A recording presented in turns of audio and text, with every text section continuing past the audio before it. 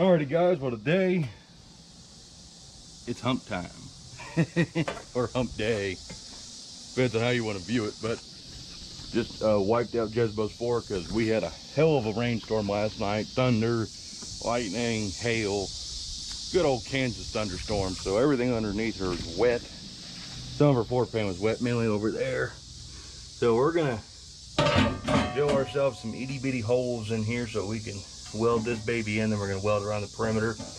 But we're gonna get this hump test fitted, kind of like so.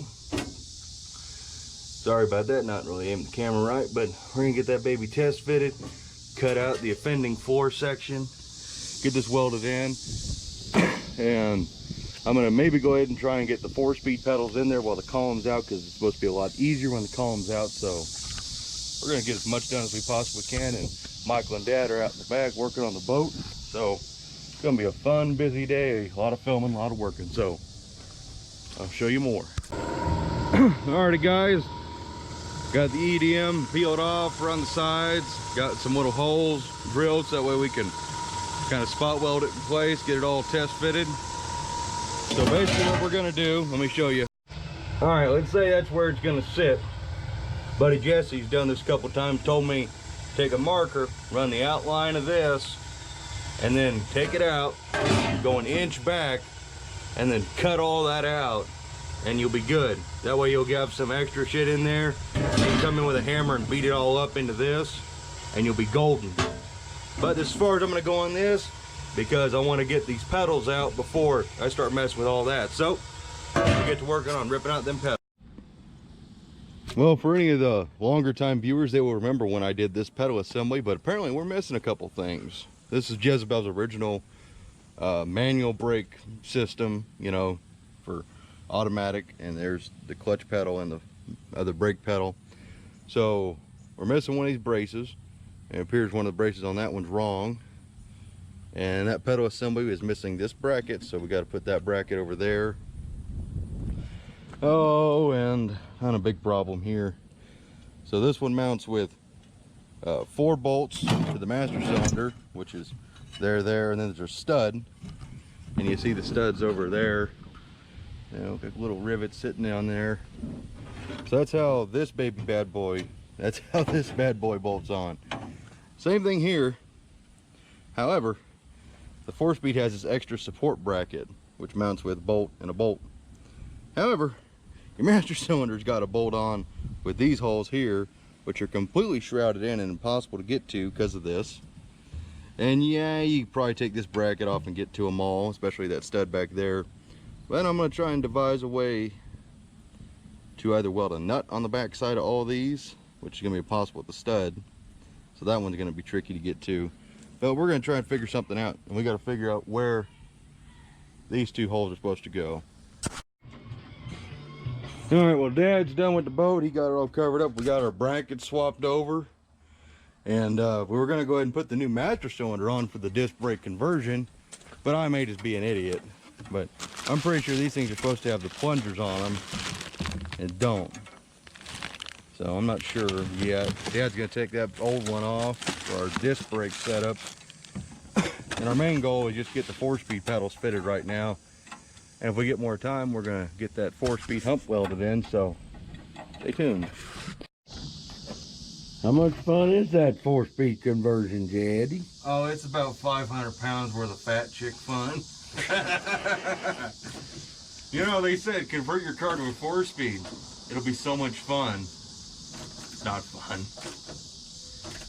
As you can see, unless you're going to take your car completely apart, good luck. Because in a Mopar, your car's got to be completely apart in order to get up underneath the dash. Let me just show them everything you got to button up underneath here. So you have those 2 bolts there. You have a stud there, and that's where your master cylinder goes. And you got support brackets right,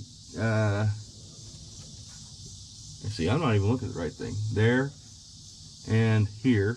That bad boy's got to get pushed back a little bit. Then you got 2 more, right? There and there. Now let me just show you the most fun one to get to. See, you got your swinging clutch pedal, and up behind there, right up in there, you can't even see it. I can't fit the camera in there. There's another stud hidden up there. And you got your 2 other master cylinder bolts, and we got 2 new holes we got to drill for the clutch pedal support bracket. So yeah, this is the most fun in the world. Oh, here you go. Take that file. Ah. You don't have to film me doing all the suffering, Dad. That kind of. Did you really just turn that back on? No, it's not. The little red dots, you know, going, you're filming. You're filming. Oh. Oh. Gotta be a damn contortionist now and see why Chris can do this so easily. He ain't fat. Alright, so you remember that one up in there that I said was gonna be an absolute pain in the ass? Well, old Grandpa Norm came to the rescue. One of his super duper long extensions. What was Grandpa Norm saying, Dad? He said, stay away from your work. And I'm still iffy on what he meant by that. Maybe he meant stay away from your work, actually, or stay away from the work. He meant go get a lot of extensions.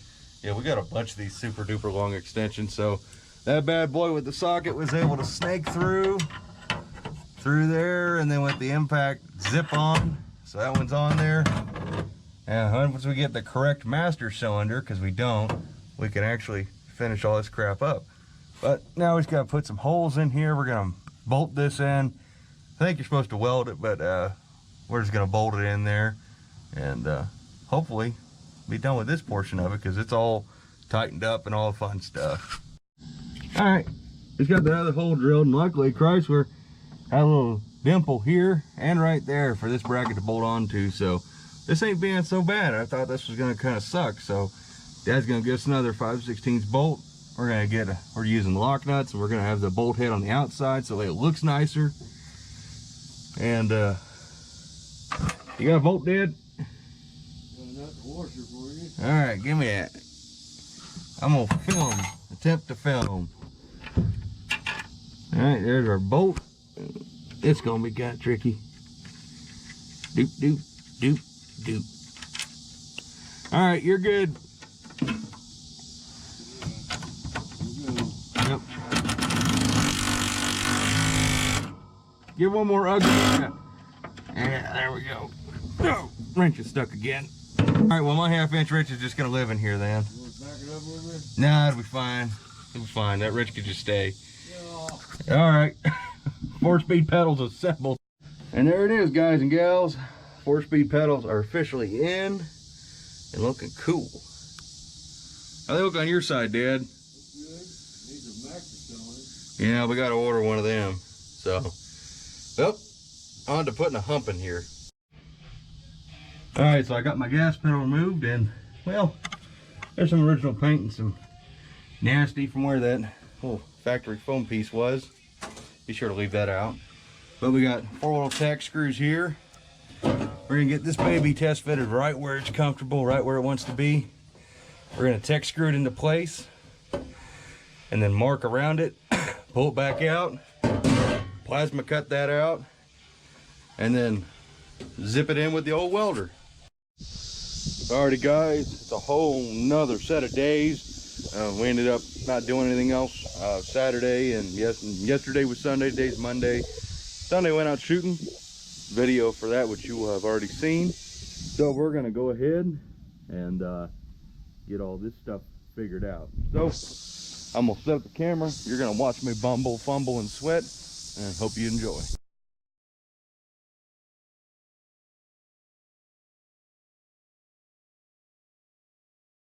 All right, so I tried filming, but yeah, it was a little aggravating. So we think we got it kind of where it fits best. That's literally about where it is, but that outer line right there, that's the outline of the hump itself. So we came in a little bit, drew our inner line. That's where we're going to be cutting with the plasma cutter. And where we got these squigglies right in here, that's going to be all done by hand with a cutoff wheel, because this is right where our trans cross member runs. And we don't relive the dart and be the jackass who cuts our tranny cross member with the plasma cutter. So we're gonna be really careful in that area. So I guess I'm gonna go wheel out the plasma cutter, get to cutting.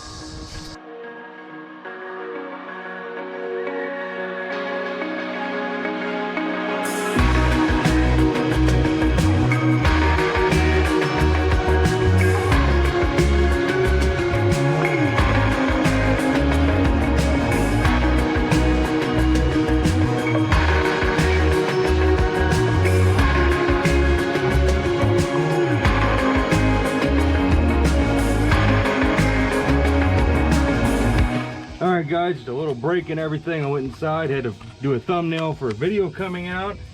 And there's the hole. There's the tranny cross member. I just talked to Dan Brewer, actually his dad Wayne Brewer. And they told me exactly where to cut it, bring it on back. So it's all the way back. And I went ahead and put some holes right there. That's going to attach this patch back into the old metal all the way around. So we're going to get that plug welded back into place, and then we're going to get that hump in. Hope you guys enjoy.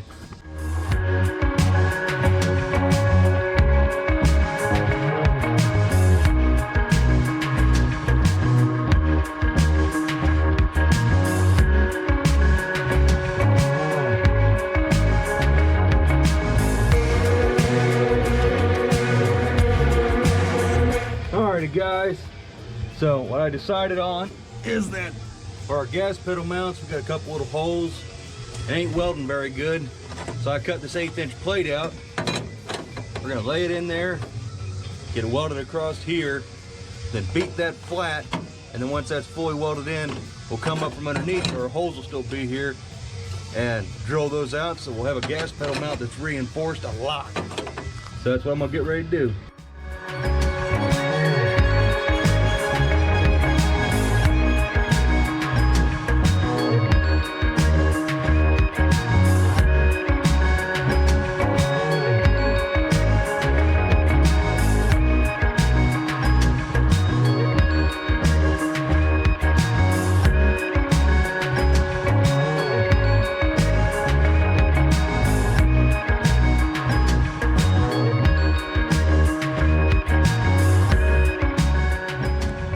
Guys, she's tacked in all the way around the perimeter. We got our floor reinforcement for our gas pedal in there. I went underneath the car, beat up the remaining part of the floor pan so that way it conforms into this. We're gonna get this thing fully welded in, and once that's done, I'll show you how everything looks, or how bad it looks. Hopefully we don't blow any more holes in it. That AMD sheet metal is actually pretty thin. I had to turn my welder down because I was welding in these little floor patches, and it was burning just fine, welding in the factory metal.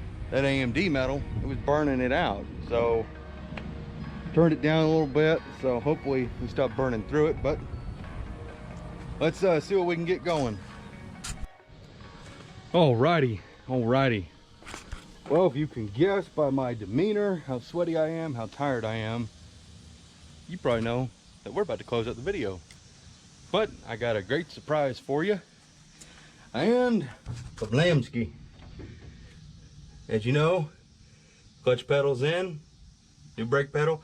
And need I remind you, for anybody who's a longtime viewer or the new guys, that brake pedal assembly right there is out of a 68 Hemi 4-speed GTX that got wrecked in like 1969 or 1970. At least that's the story I got. And that's where my 18 spline came from, and then I traded it off for a freshly rebuilt one, because that one was pretty trashed from sitting around. But our hump's in. I got primer all the way around it, where it's bare metal, and I got that in the mail the other day from Dan Brewer. It's a 1970 reproduction non-console shifter boot, and I got my old original chrome bezel on there that came from said GTX, I believe.